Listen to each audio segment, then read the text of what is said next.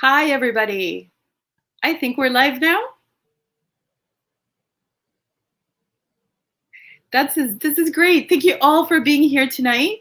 I'm really happy to present this program this evening. I'm Lisa Mendez. I'm the programs director for the Miami Book Fair. This very special live stream tonight is made possible not just by our entire great staff at the Miami Book Fair, but also I really want to give thanks to our partners at Books and Books, our community bookstore, Mitchell Kaplan, who owns Books and Books, and Christina Nosti, my good friend who manages all of the events there. Thank you so much for all you do. I want you all to notice the bar that's right underneath our faces right here on the screen. It's a green bar, and it links directly to Books and Books, where you can purchase to the book we're talking about tonight or any other book, and you will have free shipping. It'll get to your house in just a couple of days.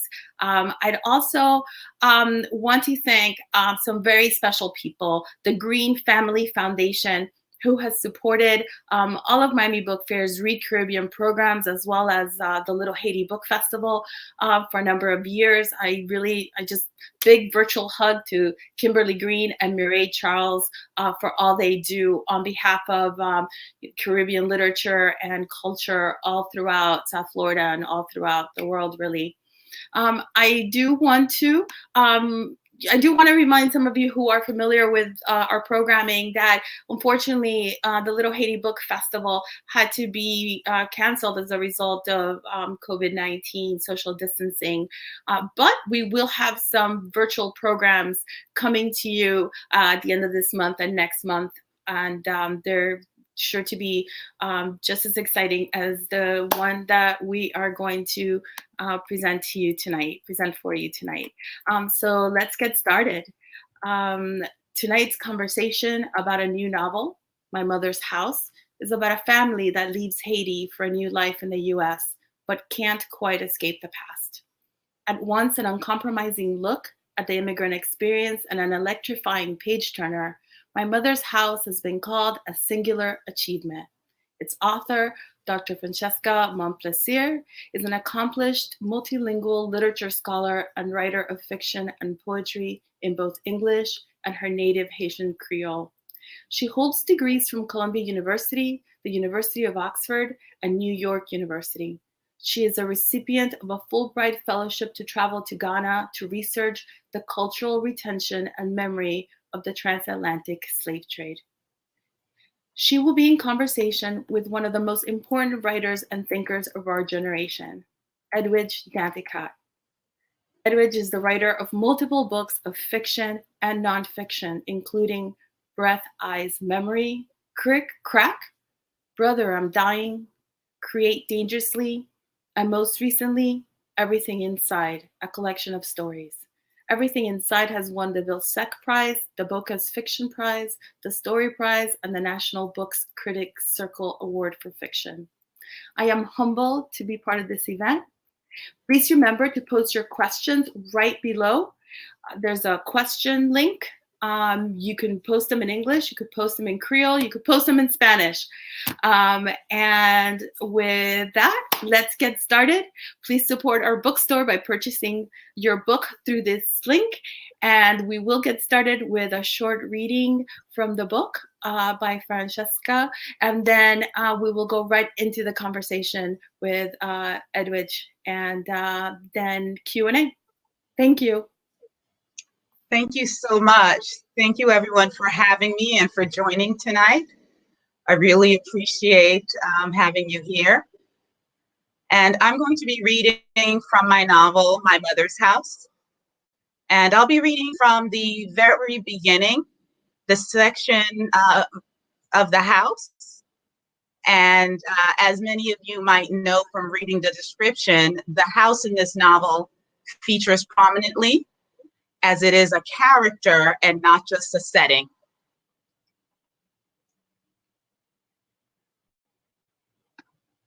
The house screamed fire from every orifice, defait. Melting window panes rolled down the aluminum siding. dripping polyurethane tears. Orange, blue, and yellow flames hollered their frustration into the icicles along the struggling gutters. The two-story, three if you counted the basement, one family, two again if the basement was included, house had had enough. Fed up with the burden of its owner's absurd hoarding, inexcusable slovenliness, and abuse of power, it spontaneously combusted everywhere a power source sprouted unkempt. The matted nest that passed for a fuse box in the basement, the half-assed hose that connected the gas stove to the wall in the upstairs kitchen, the shaved pipes that pulled natural gas from its source to the boiler and radiators throughout the house, the power strip upstairs in the bedroom that powered a tenant's hot plate, microwave, refrigerator, stereo, television, DVD player, cable box, computer, and electric shaver and toothbrush. The tangle of Christmas lights left plugged in and blinking as a deterrent to robbers over the holidays. The house blew it all up and burst into tears it had been holding back for decades. It cried and laughed at the same time, watching the owner scurry out of the basement. When the tenant jumped out of the upstairs window, the house doubled over and shook in amusement. It nearly keeled over from being tickled by the rodents and roaches racing one another into and out of their hiding places, confused which would be best, crackle in the fire or crack in icy January heat air outside while trying to make it to the safety of a neighbor's house. The house listened for the loud cries. Amway! Dife! The owner hollered as he ran its circumference. It tracked the movements of the owner, who ran around like a man trying to keep his pants up after having missed a belt loop while getting dressed. It watched as its pajama-clad owner rushed from the backyard up the skinny driveway to the front stoop, then through the frozen garden in the empty parcel where another house could have been built, then around to the backyard again. The house didn't see where the tenant vanished to, but he was gone before the ambulance arrived. It had a hard time emoting and keeping eyes on the owner simultaneously, but the house continued to cry and laugh convulsively. Amway! The owner shrieked again as he waited for help to arrive. Help the house did not want.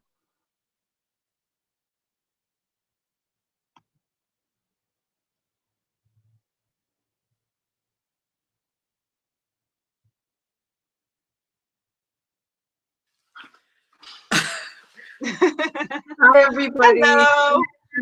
Thank you, Francesca, for that beautiful reading. Thank you all for being here. I see a lot of people who I know would have been with us in person at Books and Books. Were we able to do this in the flesh? Merci en pile, moun lakayo, mwen wenu. Merci en pile. Yeah, moun lakayo. We have to also say it's Haitian Heritage Month. And what a wonderful way to celebrate Haitian Heritage Month than to be here with you, Francesca, and everyone. I also want to say thank you to Books and Books, to Lisette.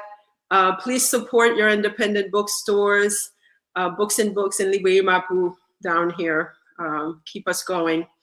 So, Francesca, congratulations on your amazing book. It's a very powerful and haunting book. And so first of all, I want to say, how are you sheltering during these difficult times?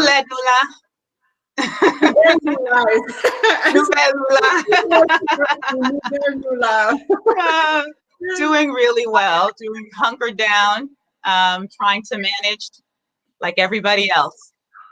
Mm-hmm. Hating homeschooling. Come on.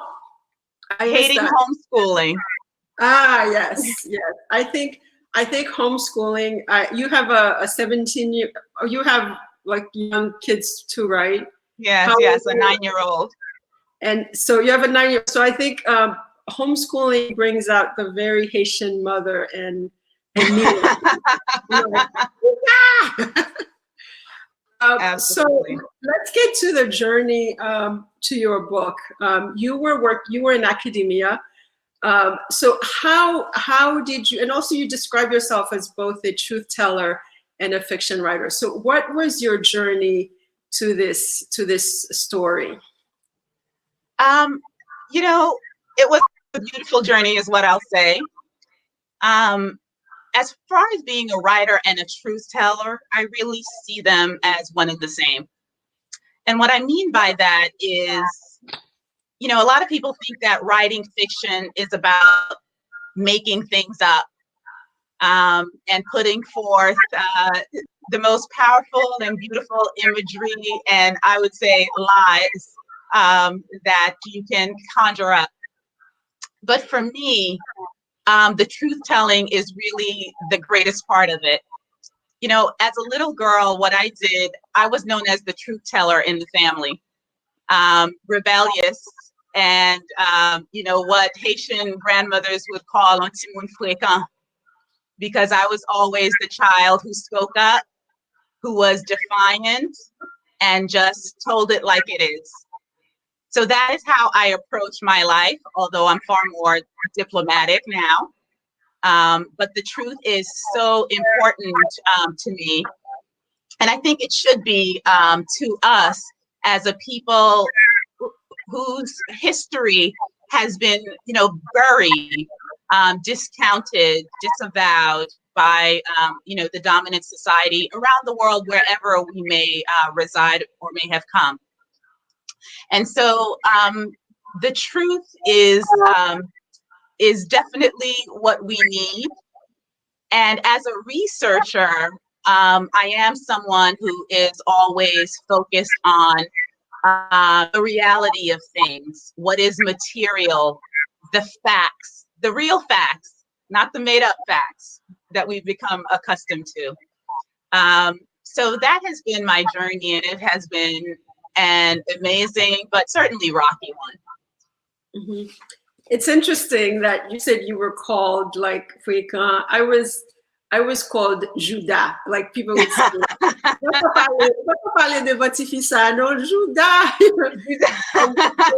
So, and Judas, you know, the Haitian folks know what Judas, but it's almost like it means nosy, like really nosy. At the same time, people would like trust you to like write letters for them, like into your kind of. But I was always called Judas. So maybe if you're and Judas, you can write. You're like a writer in the making.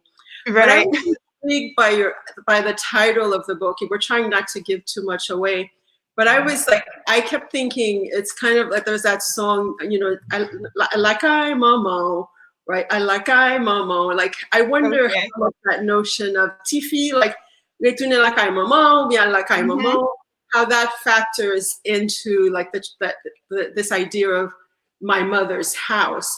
And when people read the book, they'll realize that it's not necessarily a motherly house, but how does that notion of lakai and also like lakai mama figure in the title of the book, but also in the novel itself? Okay.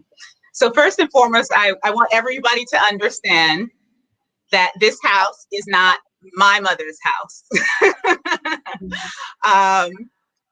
But you know, it talks about a house and the house. So the house could be certainly lakai, back home. It speaks to, are we at home in whatever place we've immigrated to? The many homes that we occupy, the internal home of who we are. But this notion of lakai, it's a warm place. It's a welcoming place. And in our communities, in the US, in New York and Miami, as you might be familiar with, of course, the home becomes the place for gathering the community. So it's never just one person's house. It's very much a community household that opens its doors. And sometimes it's a benevolent home, and sometimes it's like my mother's house, the novel. Mm-hmm. And we definitely have, with that, the notion, like I see, like I, home is home. But what happens, I think the novel explores very powerfully what happens when Lakai is not Lakai, right? When Lakai turns against you. And the house, this house and my mother's house has been compared to 124 in Beloved, and the first line in Beloved, 124 was spiteful. And this house is certainly spiteful. And one of the ways that, like a really unique way that the spitefulness comes across is that the house gets to speak. So you've said that Toni Morrison has influenced your work. Are there any particular elements of anything in her work that's contributed to the construction of this house and of your novel? Yes. So thank you for that question. I would say that, first of all, I was very surprised to read, the review that compared Lakai to 124 in Morrison's Beloved. Any reference to Morrison and myself in any context was just amazing and flattering, and I was actually in awe of that. What I would say about my mother's house, that is, I don't think at all like Beloved, except maybe in some of the themes it tackles in terms of the disenfranchisement of women, Black and brown people. I would say that the influence that Morrison has had on me has been more in the sense of the language and the word. Morrison, I would say, has given me permission to bend and break language, to bend and break words, and then to bring them back together again, to reform them. And, as people coming from the Americas, and people coming from these made up societies, we have created language. We have broken and bent the language of the colonizer and created something completely new, completely different, and something that can capture and hold our experience. So I would say, in terms of Morrison's influence, that's where it comes from.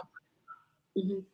Like sticking through to the theme of the house, I can't remember reading a story in which a house is narrating, the story and the house is reacting.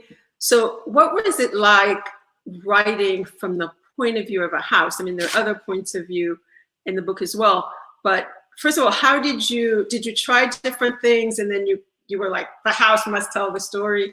So what was it like, also like craft-wise, constructing like the story from the point of view of a house? It's a living house.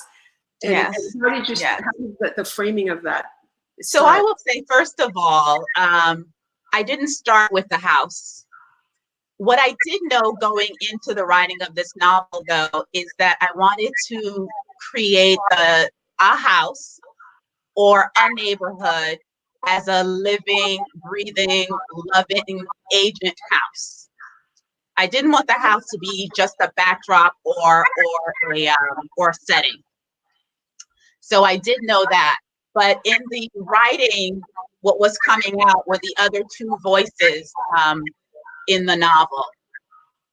As I needed to recount the history of the neighborhood, the history of New York City, the history of the United States, as far as immigration is concerned, as far as the treatment of women is concerned, I realized that I needed a narrative voice that was objective, while also overlapping with the other voices in the text. And so in the creation of the house,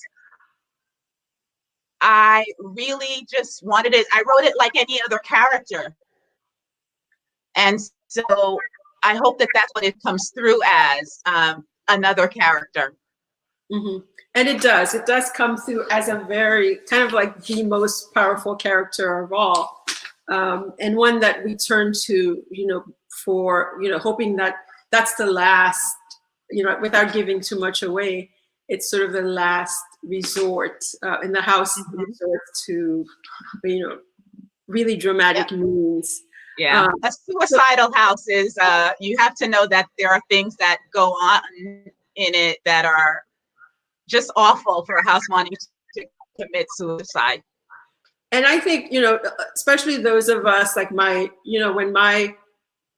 I first moved to the US, we lived in an apartment building, but you can imagine people, moving into houses like that. And it's a dream, like to own, like, because my parents were like this too. They were like, we have to own the house, no matter what. It's like you don't feel like you've settled until you have some kind of property that's your own.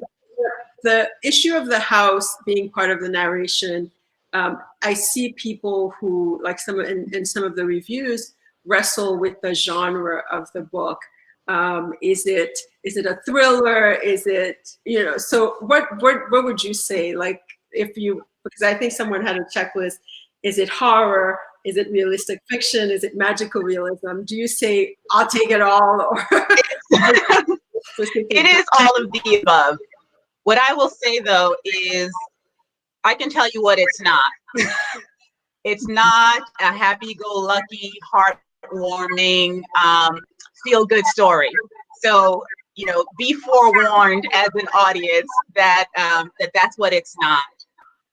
The genre that it would fit into, it is a multi-genre novel.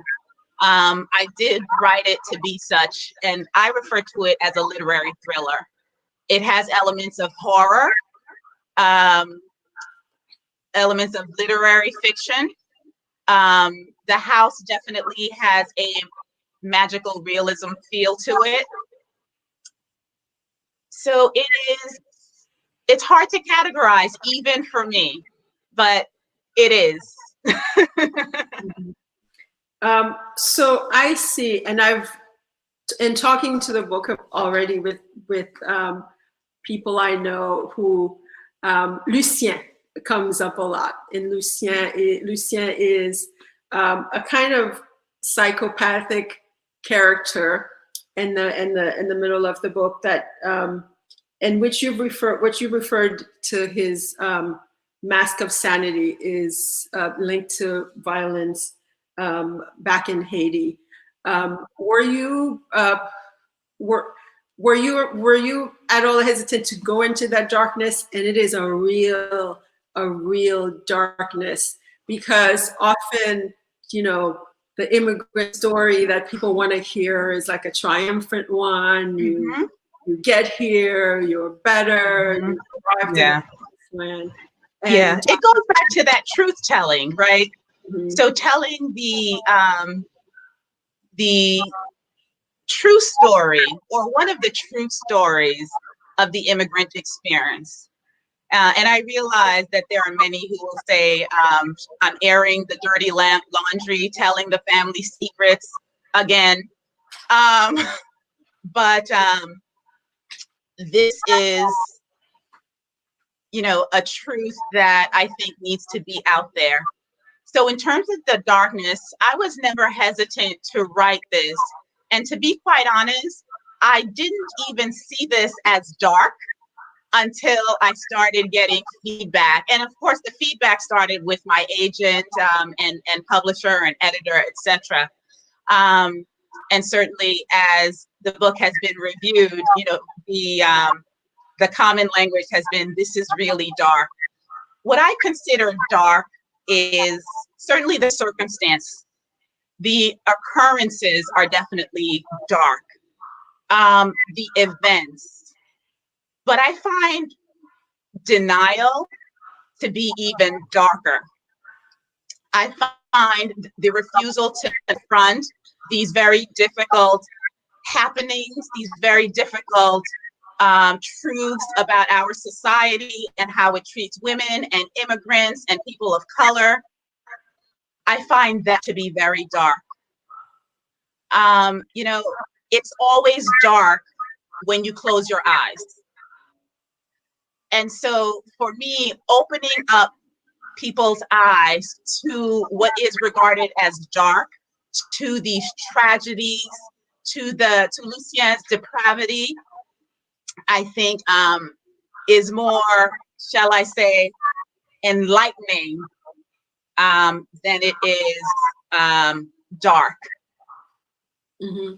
I think, and that's definitely sort of, I think the aligned with like the Morrisonian, right? And that type of showing all the layers of ourselves. I think, you know, I had with the Dew Breaker, for example, I think it's easier when we write about ourselves having things done to us, but when we write about one of us, you know, being, as you say, depraved, like it's, I think then there's, I think it brings up a very uneasy conversation where people, oh, pour qu'ils soient harmonieux plus, you know, or like why, you know, why add to sort of this negative view that they already have of us. Was that ever something that was in the back of your mind, or? You know, I had read about a lot of the backlash that a lot of Black women writers in particular, have garnered because of what they've written. You know, I remember when The Color Purple came out and everyone was up in arms about the depiction of Black men in that novel. You know, certainly when The Bluest Eye was released, you know, you never want to speak about something as tragic as incest. And so was I conscious about it? Absolutely. But I needed to speak on it. I definitely needed to speak on it because also it's so relevant to what we are seeing and experiencing in the country right now. If folks are willing to confront the sad realities, then this is actually very much relevant, and we have to speak the truth. Speak truth to power. You know, that's what we do when we speak the truth, the negatives about the immigrant experience over the, you know, the triumphant myth of the happy immigrant, the always happy immigrant, the always surviving and thriving immigrant. I think that you and I are subjects, maybe I would say victims of that as well, because people see, you know, educated women who have garnered a modicum of success as, you know, that success story, not necessarily looking at where we came from and what our ancestors and indeed we have had to battle, and the battle scars are not exposed. So, you know, got to tell that truth, got to speak truth to power. And absolutely, and I think it's also important for folks to remember that this is one of many possible stories, right? That it's like you're not saying that everybody's like this character. And I think, and sometimes our work is read as like anthropology or sociology, and you're sort of denied like the wild ambition of creativity, you know, because it's mixed in with that issue of representation, and nuance is certainly important, but also it's so important to remember that we can be free like any other artist, and that this is If Stephen King can write about these subjects and write this sort of thing, then so can Francesca, right? Exactly. And I you know, like I remember from being a baby writer, I used to always say to people, we're a chorus, you know, and there are many of us, I'm just one. And so, so welcome to our chorus, Francesca. So before I turn over to the audience, if you will, what's next for you? Well, I'm currently working on a next book that tackles the experience of the 2010 earthquake in Haiti. It's something that I have written about and that I want to write about again in a novel form. You know, I always say that our little country has taken so many licks. There's nothing that hasn't happened, no natural or man-made disaster that has not hit Haiti. I just hope that we don't get a blizzard. But for this next novel, I am writing about the earthquake and its aftermath. Okay, so I think yes, and very, you know, hopeful thoughts to moun la kayo, si moun ap gade en Haiti, nou salue ou, nou souhaite nap kembe, and all, you know, all the best against COVID-19, my goodness, pour Haiti. Yeah. And so, est-ce que kounya nou ka pran question, mwen ya pran question en créole tout, si gen moun ki vle pose question en créole. So I was just saying, if anybody has questions now, I think Lisette will be moderating our Q&A. We try to leave a good amount of time for interactions because I think I want as many of you to get to ask Francesca your questions as possible. Yes, and we do have a number of questions, and please note the ask a question box and post. But I'm going to start with a question about the house. Hilda Alvarez-Strang wants to know, is the house a reliable or unreliable narrator? I would say that the house is probably the most reliable narrator because it is an observer, and it speaks to the facts of the history of the environment that Lucien and the other characters come from and come to. You know, the novel, The House, speaks the truth about the murders of Caribbean Black men in the United States in the 80s and 90s, in New York in particular. It speaks that history. And so I would say that The House is probably the most reliable. But again, it's nuanced and it has its own perspective on things. But if I was going to speak about a character that knows the complete truth, I would say that it's The House. But The House is also in its own denial, because the worst secret of what is happening inside of it is something that it has long ignored or suppressed, and now realizes that it must kill itself in order to stop what's going on. Thank you. We have a question from Yvonne Joseph. And this is it. How hard was it for you to construct a multifaceted novel in terms of characterization and narrative space? Where did you draw your inspiration from, in other words? Mm-hmm. So I draw my inspiration from language. I have this, what I consider a strange way of engaging with words. In the novel, I speak both Creole, Spanish, as well as, and primarily English. So the inspiration comes from hearing the various languages in my head, but also translating words, both in the novel as well as I'm writing. So in terms of, how I laid out the narrative, it really starts with the language and the words. I started writing poetry before I ever started writing fiction. And so the economy of words is really, really critical in the writing of poetry. And so every single word, every single syllable, every single space matters when you're writing poetry. And so that is foundational to my approach to writing fiction as well. Thank you. And in terms of it being multifaceted, that's what we do. Have you published any of your poems, or do you have a book of poems in the world?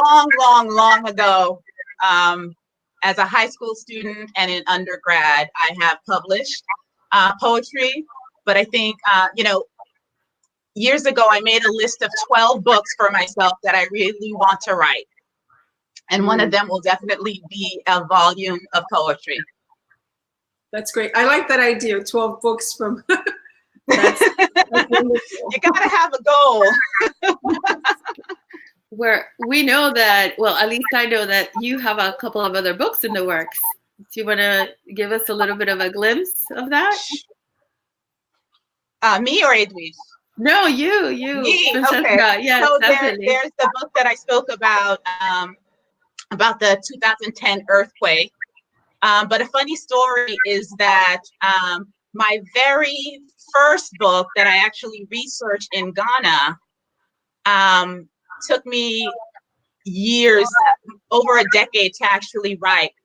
However, when I first presented it to my agent, I was told that it was far too complex for a debut. And so my agent said, you know what? You got to write me another book.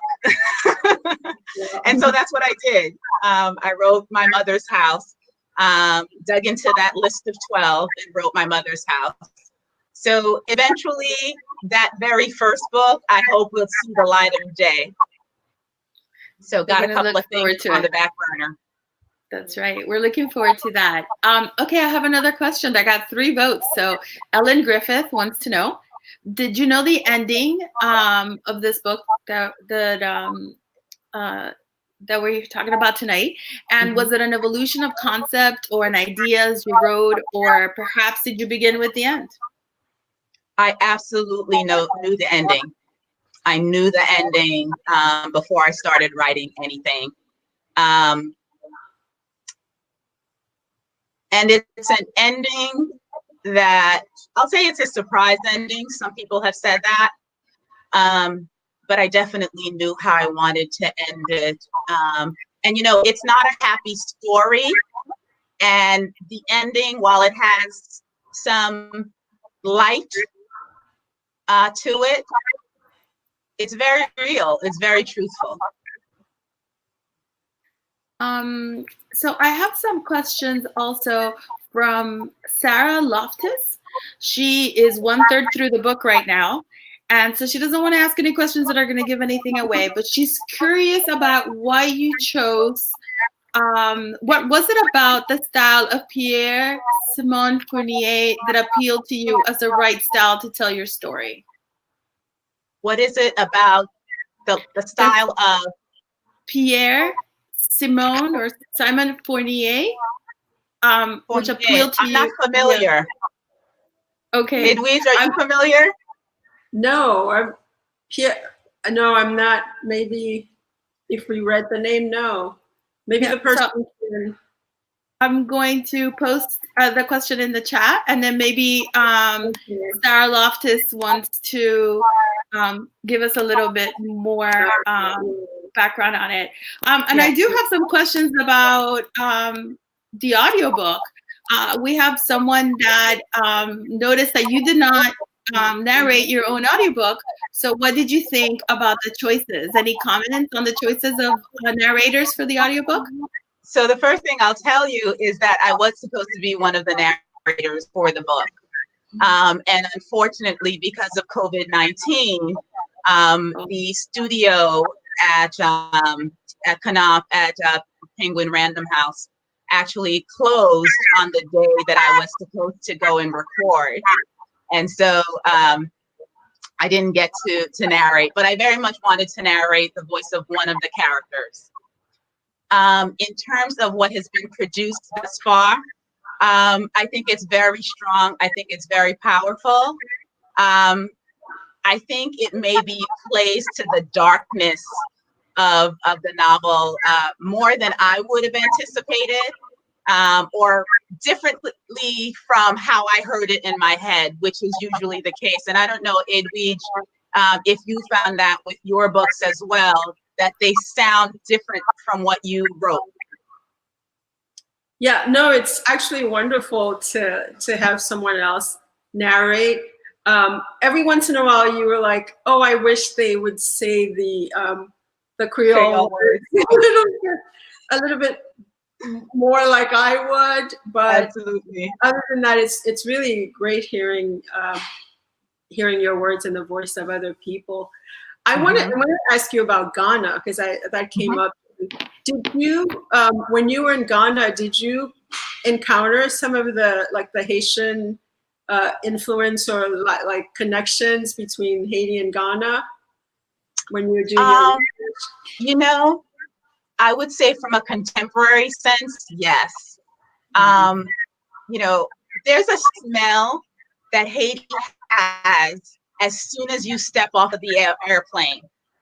And it's a smell that I really enjoy. It's almost an acidic, a little bit of a burning smell that that is also a hot smell of the sun. It's almost a smell of singeing. So I would say that that was the first thing I felt and observed in Ghana was that same smell. The other similarities are really some of the sadder things about post-colonial societies. Is the very clear distinction between the classes of people. So classism is very, very sharp and stark. But in terms of African retentions in Haitian culture in the Americas, absolutely. One of the places I visited, or actually spent a lot of time at, was the Cape Coast Castle, which and the Amina Castle as well, which are former slave holds and the doors of no return, where captured Africans were brought to. It was their last stop before being loaded into slave ships on the way to the Americas. And the idea and the sight of that first place where slavery began, and to see that travel to the Americas, to a place like Haiti, shows the continuation, the continuity of a culture that survived the transatlantic journey. And so those are some of the similarities that I found. There are lots of others, but I think that's a conversation for another time. I think there's also a very, the reversal, I think, influence. I remember when I met Ama Ata Adu, I said, and we talked about Félix Maurice Leroy, who's a Haitian poet, and she said, no, he's one of ours. Like, he started the National Theater in Ghana. And so there was I think in the 60s, a reverse migration with a lot of intellectuals to different, especially Francophone countries in Africa. And we also have a closer to contemporary reversal migration that left some trace, which is wonderful. Yes, there's a reversal migration. And then there is what some perceive as a reversal in fortunes.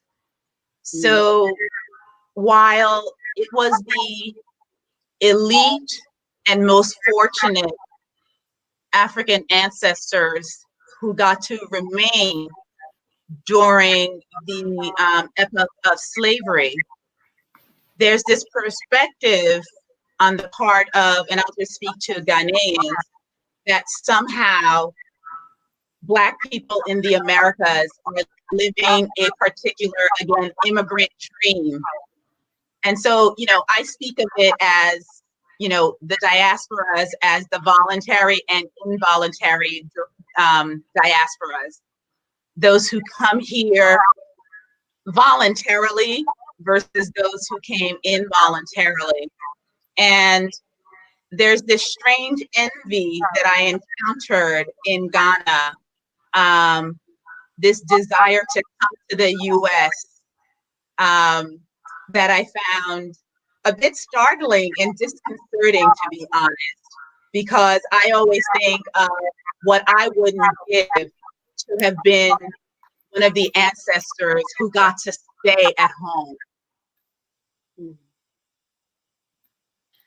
So we have a couple of more questions and a little bit more time. Going back to the book as a product that can be heard but also seen. Do you see it as a film? This is a question from Barbara Gutierrez. Do you see it as a film, and would you like to see it as a film? In the age of Netflix, I had to think about that. I see it maybe less as a film and more of a potential series, but there's a part of me that is afraid of what would have to be sacrificed in the novel for it to be translated into what I consider actually a completely different narrative and product that an on-screen translation would look like. But I do think that there are certain elements that could definitely translate well on screen. And, it's similar to my taste in television. I love we'll say dark, crime shows and documentaries and the like. So I think it's some of that becoming a film. Perfect. So let's look at a few more questions from our feed. And I did want to clarify that now we know, I posted Sarah's question, and someone actually told us that Pierre Simon Fournier was the creator of the specific font that was used to typeset your book. And that's what our Sarah, who posted a question, was asking about. Wow. I was like, I haven't heard of this writer, but I'm the least knowledgeable in this room. So that's interesting. Wow, you did your homework, Sarah. Yeah. It's beautiful attention to detail, both on Sarah's part for noticing, but also, the unsung heroes of the book trade, right? The book designers and the typesetters and everyone. So, they make these choices, and usually, folks like Sarah notice them. Right. So we have one more question. This one is from Thelma Armstrong is the questioner. You mentioned that you knew the ending of the story. Did you have all of the characters fleshed out completely, or did some of the characters help to drive the narrative? The way I like to start writing is with character treatments. And so I do very, very detailed character treatments before I actually start writing. And actually, by doing those character treatments, a lot of the novel actually begins to write itself. So in terms of the characters, obviously there's a natural, I don't know if it's natural, but an unfolding and a revelation that happens to the writer as you actually put pen to paper and put the narrative together. I also work from a very detailed outline, I will say, as well. I don't know, it might be the researcher in me. But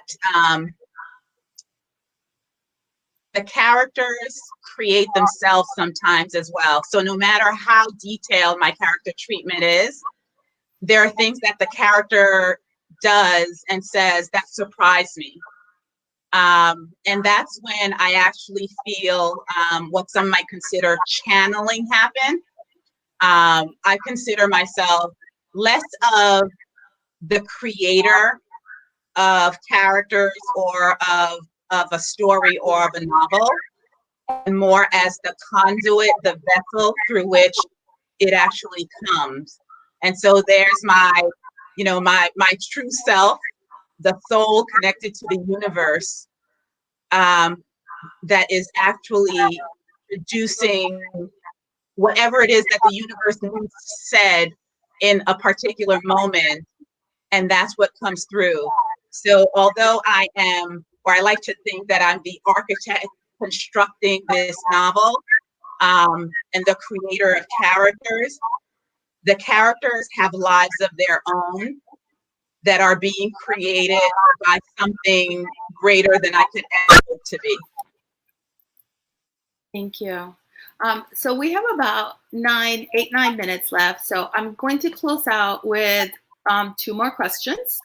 And, if anyone has any comments that are not questions, but you posted them on the question thread, please feel free to repost them on the comments thread so that Francesca and Edwidge can read them later.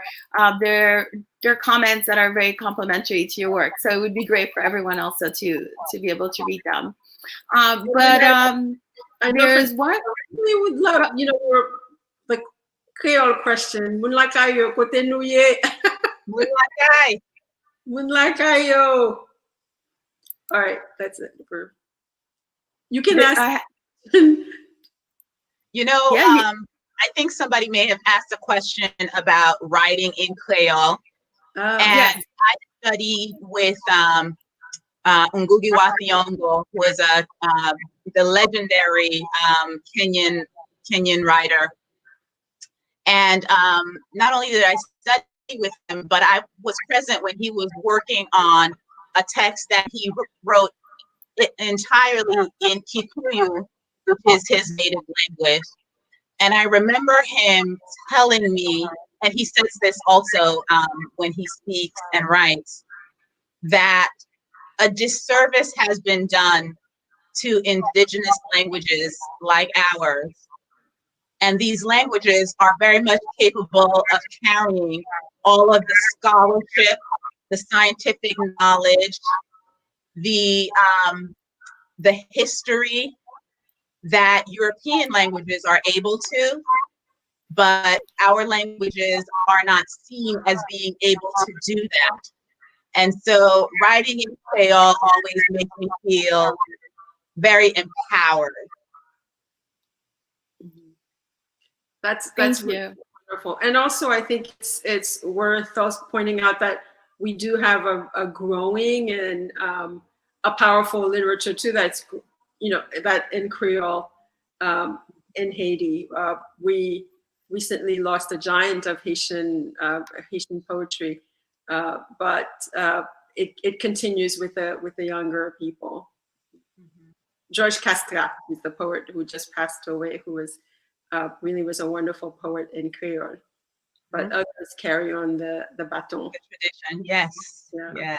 yes. Creole is a very beautiful language. It's a delicious language, is what I like to say. You can taste it in the mouth, and maybe it's because I have so much affection for the language that I love to hear it and I love to speak it, and I love to write it when I have an opportunity to, and when it won't get in the way of what the reader might experience, which is totally not Morrisonian, because she would say that write for yourself and for your people first, and ignore the external gaze. Mm-hmm. And Ngugi would say that as well, I think. Yeah, absolutely. Oh my gosh, I don't have something on me right now. I don't have anything that's accessible right now, but another time, for sure. During the book fair, Francesca will écrire poésie créole pour nous. Yes. Yes. We do a lot of programs in Creole. We translate them. We have simultaneous translation into English for those of us who want to, you know, eavesdrop, I guess, or be part of the conversation. But we do a lot of programs in Creole. Yeah, And I've always imagined writing Creole and English side by side so the reader can see both simultaneously, and they can choose to go through the English, choose whatever path they want, but to have the Creole very much there, because even if it's not understood, I think that there's something beautiful about letters on a page, accents that you wouldn't necessarily see in other languages, that is really beautiful. So I've always, and maybe I will do that with a book of poetry. Yes, and I recommend, you know, Felix Maurice Leroy, who did work in theater in Ghana. He has one of his book of poems, Aitiad. You know, it's Aitiad. It's a bilingual collection. There are quite a few, and Patrick Sylvain sometimes has poetry that's in both languages. But Felix Maurice Leroy is from Miami, so he has beautiful poetry that's in a bilingual edition that one can look up. And so who has more Haitians, New York or Miami? I would say Miami, because I think we have a lot more recent arrivals. I think probably New York has like a much older community, but if anything, we're up there. You know, you have proximity and weather on your side. Yes. Yeah.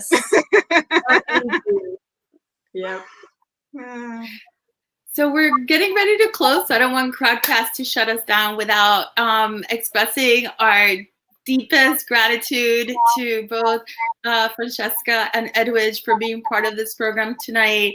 I've just loved every second of it. I know everyone, we have 360 folks who have registered to watch tonight's event, and it will be available within the next few minutes so that you can all rewatch it, send it to your friends. Don't forget to purchase My Mother's House or any of Edwidge's books. Just go through that link right here, or visit booksandbooks.com, our local independent bookstore. Let's keep our bookstore alive.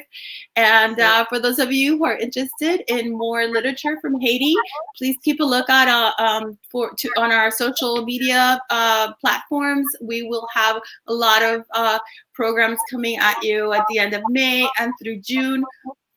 All of them in Creole, some of them translated into English as well for adults, and some special programs for children that we are planning, you know, as a way of making sure that all our kids in South Florida and throughout the world are exposed to Haitian culture and the beautiful Creole language. So thank you all for being here. Thank you, Books and Books. Thank you to the entire staff. I just want to extend a special thanks to Edwidge. I am both honored and touched that you would have this conversation with me. When I told people I would be speaking with the legendary Edwidge Danticat, I got a couple of way. Well, I'm waiting for you too. I'm waiting for you. You have a long, beautiful road ahead, and I'm just happy to be there. I'll be there for every minute of it. So congratulations to you, and merci à pile tout le monde qui t'est venu. Thank you, everybody. Merci. Thank you. And a good journey to you. Stay safe, everybody. Yes.